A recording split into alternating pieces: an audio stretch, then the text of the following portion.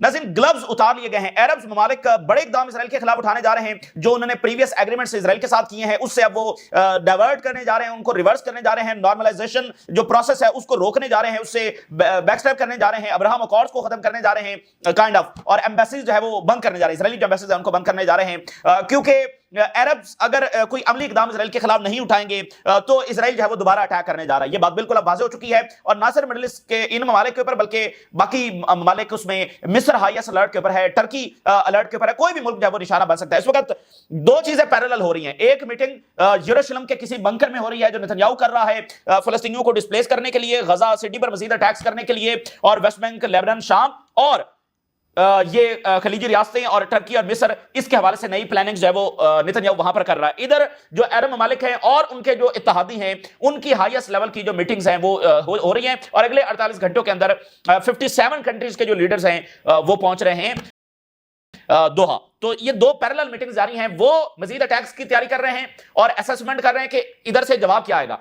उनका जो अटैक होगा वो इस जवाब से रिलेट करेगा। अगर इधर से कोई जवाब ना गया, और ये बात देखें, ऑलरेडी ये जो ममालिक हैं इनके ऊपर तो, इनके बारे में तो परसेप्शन यही पाई जाती है कि ये तो बिल्कुल अमेरिका के सामने कमजोर हैं, बिल्कुल ये अमेरिका के शिकंजे में हैं, इनकी कोई ताकत ही नहीं, इनकी कोई हैसियत ही नहीं है। इनको जब चाहे जैसा मर्जी अमेरिकन के साथ जो कर ले। इन कंपैरिजन जब हम ईरान देखते हैं वो तो बरह रास्त भिड़ गया ना अमेरिका के साथ और इजराइल के साथ। तो इन मुल्कों के बारे में तो ऑलरेडी एक परसेप्शन है। तो अगर ये बड़ा जवाब नहीं दे सकेंगे तो वो तो इस परसेप्शन को सच साबित करेंगे, जिससे ये अपनी रियासतों को बहुत ज्यादा एक वल्नरेबल बना देंगे कि इनको आसानी के साथ नुकसान पहुंचाया जा सकता है और ये आगे से कोई जवाब ही नहीं दे सकते। तो ये इतना सादा मामला नहीं है, ठीक है ना। इसलिए इनको इक़दाम उठाने, और वो उठा रहे। कोई भी चीज अब सर्टन नहीं है, किसी भी चीज की अब कोई गारंटी नहीं है, किसी को किसी के ऊपर ट्रस्ट नहीं है, खासकर इन ममालिक को अब अमेरिका के ऊपर तो कोई ट्रस्ट नहीं है। अगर इससे पहले जिस लेवल के ऊपर इंटेलिजेंस शेयरिंग हो रही थी, जिस लेवल के ऊपर नए प्रोजेक्ट्स के ऊपर ये मिलकर काम कर रहे थे, अब ये उस तरह से मामला जब नहीं चलेगा। तो मेजर डेवलपमेंट्स हैं, पूरा चेस बोर्ड हिल गया है, जलजला बर्पा हो गया है। तो एक एक करके मैं, इतनी बड़ी धमाका खेज खबरें हैं, एक एक करके आपके सामने रखने जा रहा हूं। लेकिन सबसे पहले मैं एक एनालिसिस आपके सामने रखता हूं अल जज़ीरा का। देखिए, ओवरऑल तो एक डस्ट है ना, धूल छाई हुई है, क्योंकि ये जो अटैक हुआ है अमेरिका ने कब अलाउ किया, कैसे अलाउ किया, और क्या मामला हुआ, ठीक है ना, वो तो बहुत सारी चीजें अभी सामने आना बाकी हैं। तो एक डस्ट है। तो एक्चुअल मकसद इस हमले के पीछे क्या है, ये सब जानने की कोशिश कर रहे हैं। कुछ तो हमारे सामने जाहिरी मकसद है, लेकिन मेरे ख्याल से ये जो अल जज़ीरा ने रिपोर्ट जारी की है, this is very very close to reality. आने वाले दिन मजीद भी फैक्ट्स हमारे सामने लेकर आएंगे, लेकिन मुझे लगता है कि इससे ज्यादा इस वक्त रियलिटी पर मुबनी और कोई बात हो नहीं सकती। कहते हैं कि Israel's attack on Doha sends a message to the region. ये सिर्फ हमास की लीडरशिप को निशाना बनाने का हमला नहीं था। वो हमास की लीडरशिप को कहीं भी नहीं, वो मिस्र में भी निशाना बना सकते थे।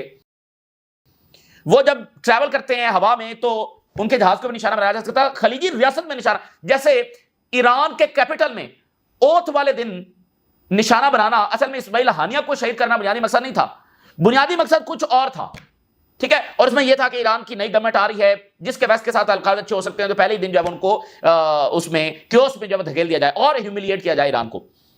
तो यहां पर हमास की लीडरशिप तो एक है ना, उसको निशाना बनाना, लेकिन वो लीडरशिप क्या है, वो मतलब मुज़ाकरात बैठकर कर रही थी, कोई मिलिट्री प्लानिंग तो कर नहीं रही थी। तो ऐसा कोई खतरा तो इजराइल को था नहीं। तो असल में हमास की लीडरशिप को निशाना बनाना एक चीज है, उसके नीचे क्या छुपा हुआ है, ये इजराइल का एक मैसेज है। क्या मैसेज है? Either get on board with us on the project of regional hegemony, या तो हमारे साथ उस प्रोजेक्ट में शामिल हो जाओ। कौन सा प्रोजेक्ट? जो हमारा रीजनल हेजेमनी का है, कि हम इस पूरे मिडिल ईस्ट के सरदार होंगे। और कौन से सरदार? जो यानी कॉलोनियल वाले सरदार, रीजनल हेजेमनी, हर एक के ऊपर हमारा कंट्रोल होगा। या तो हमारे इस प्रोजेक्ट में शामिल हो जाओ। और उसमें मजीद क्या है? उसमें यह है कि which includes the displacement and ethnic cleansing of the Palestinians, और हमारे साथ खड़े हो जाओ फलस्तीनियों को डिस्प्लेस करने में और एथनिक क्लींजिंग करने में।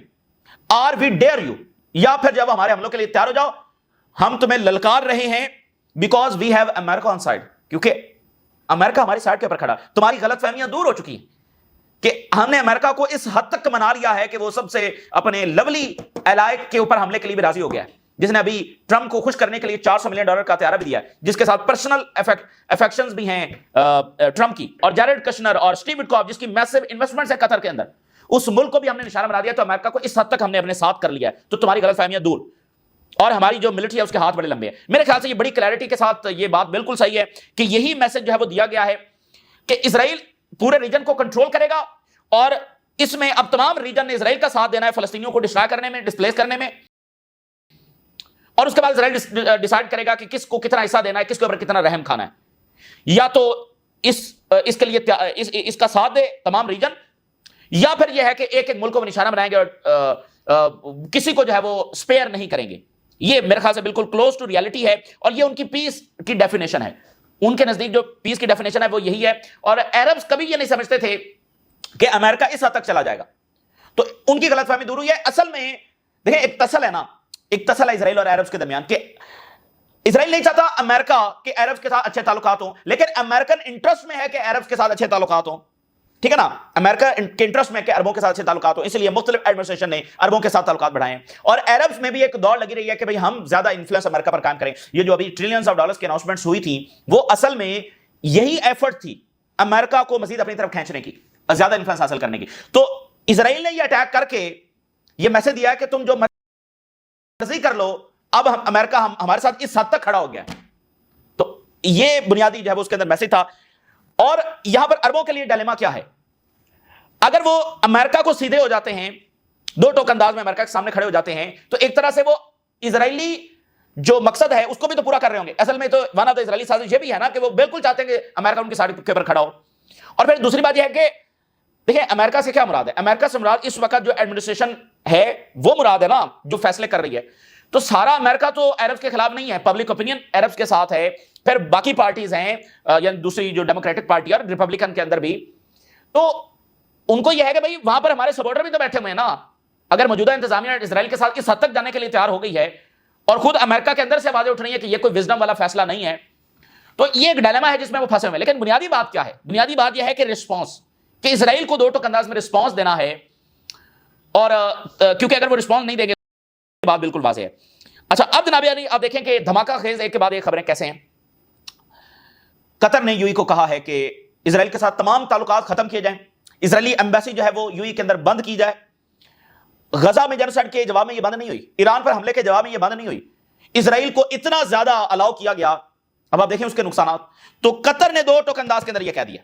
तो यूएई अगले 24-48 घंटों के अंदर यह फैसला करने जा रहा है, और मिस्र, जॉर्डन, बाकी मालिक जो है वो फैसला करने जा रहे हैं। और यहां पर यह भी बात चल रही है कि यूनाइटेड नेशन में यह प्रपोज किया जाए सिक्योरिटी काउंसिल के अंदर के सैंक्शन जो है इजराइल के ऊपर लगाए जाएं, और मिडिल ईस्ट के ममालिक जो है वो तमाम ताल्लुकात कट करें, इकोनॉमिक और ट्रेड से मुतालिक, यानी सैंक्शन जो है वो उसकी तरफ जाएं। मिलिट्री अटैक क्या वो कर सकते हैं, एक तो ये बात। दूसरी बात यह कि अगर मिलिट्री अटैक नहीं कर सकते तो फिर कुछ तो ऐसा करना है ना जो इजराइल को डिटर कर सके। ईरानियंस ने तो मिसाइल्स के जरिए डिटर किया था इजराइल को, उसकी तबीयत साफ की थी। तो अब ये कैसे करेंगे, अगर नहीं करेंगे तो हमला मजीद आ रहा है। अब ये साबित हो गया कि ये सिर्फ एक हमला नहीं था, उन्होंने एक हमला किया है और वो असेस कर रहे हैं कि ये कितने जोगे हैं। हैरिस क्या लिख रहा है, the gloves are off, Qatar pushes UAE to close Tel Aviv embassy amid broader response to Israeli Doha strike. Qatar ने यूएई को कहा है कि इजरायली एम्बेसी बंद की जाए, और अगले 24-48 घंटों में future of the Israeli UAE ties जो है वो डिसाइड होने जा रहा है। और इजरायली जो स्ट्राइक है ये आल्सो रिप्रेजेंट करती है अमेरिकन फेलियर, कि उनकी इतनी बड़ी बेसेस हैं लेकिन फिर भी वहां पर जब अटैक हो गया। और UAE says attack on Qatar is assault on gulf joint security system. This is very important. UAE खुद जो है वो फ्रंट लाइन के ऊपर इस वक्त नजर आ रहा है, और यूएई के जो सदर हैं उन्होंने रीजनल टूर भी किया है, खलीजी रियासतों का टूर भी किया है। तो यूएई ने कुछ देर पहले ये स्टेटमेंट जारी की है कि कतर के ऊपर जो अटैक है इसको हम इस तराजुर में देखते हैं कि ये ज्वाइंट सिक्योरिटी सिस्टम के ऊपर अटैक है। हम खलीजी रियासत में किसी एक रियासत पर हमले को सिर्फ उस रियासत पर हमला तस्वुर नहीं करते, हम एक रियासत पर हमले को सब पर हमला तस्वुर करते हैं। ठीक है, ये आज यूएई ने बयान दिया, यानी उनकी इंटेंशंस भी वही हैं कि वो एक बड़ा स्टेप लेने जा रहे हैं। और क्रिटिसिज्म जो है वो यूएई से बढ़ रहा है इजराइल के खिलाफ। और यूएई ने कहा कि जो नेतन्याहू ने धमकी दी है, ये जो हॉस्टाइल रिमार्क्स दिए हैं, attacking the gulf country threatens the security of the entire reason, ये पूरे रीजन की सिक्योरिटी को तबाह करने के मुतरादिफ है। और हम एक कोऑर्डिनेटेड रीजनल पोजीशन जब इजराइल के खिलाफ लेने जा रहे हैं। ठीक है, अब मजीद यूएई की स्टेटमेंट्स देखिए। जो कतर की सिक्योरिटी है और उनकी जो स्टेबिलिटी है वो यूएई की सिक्योरिटी के बराबर है। Any aggression on the Gulf state represent an aggression against the whole Gulf countries. और यूएई ने कहा है कि तमाम खलीजी रियासतें शेयर्ड डेस्टिनी रखती हैं, यानी हमारी मंजिल एक है। तो इससे यूएई भी, यानी उधर कतर कह रहा है कि आप बंद करें, और यूएई की ये स्टेटमेंट्स वाज़ेह कर रही हैं कि मामला उसी की तरफ जा रहा है। UAE taking increasingly critical stance toward Israel after Doha attack. UAE तेजी के साथ जो है वो क्रिटिकल स्टांस ले रहा है इजराइल के खिलाफ, ठीक है, और क्रिटिसिज्म जो है वो बढ़ रहा है। अबू धाबी ने स्ट्रांगली कंडेम किया है इजराइल को, और एंड देयर आर रिपोर्ट्स के Qatar is putting lot of pressure on the UAE to completely stop and pull back from all diplomatic relation with Israel. Qatar pressurise कर रहा है UAE को। एक तो यूएई की अपनी वो इस बात को समझता है और उसने डिक्लेयर किया है कि कतर पर हमला समझे हमारे ऊपर हमला है, और उधर से कतर प्रेशराइज कर रहा है कि तमाम डिप्लोमेटिक रिलेशन इजराइल के साथ खत्म किए जाए। देखिए, आपने इजराइल को डिटायर करना है, या तो मिलिटरीली करेंगे, अब ऐसा लग नहीं रहा कि इनके पास वो ताकत है, हो सकता है वो दिखा दें, लेकिन बाजार तो ऐसा नहीं लगता। फिर आपके पास कौन से मीन्स है? आप फिर यही लेंगे ना, आप सैंक्शंस लगाएंगे, आप ताल्लुकात खत्म करेंगे, आप अमन मुआहदे खत्म करेंगे, और ये बड़े स्टेप्स हैं, ये मामूली स्टेप्स नहीं है, ये बड़े स्टेप्स हैं। लेकिन इसके साथ ये भी बात वाज़ेह है कि अब अपनी सिक्योरिटी को आउटसोर्स करना ये कोई दानिशमंदाना फैसला नहीं है। अब अपनी आर्मीज को अपग्रेड करने के सिवा कोई ऑप्शन नहीं है।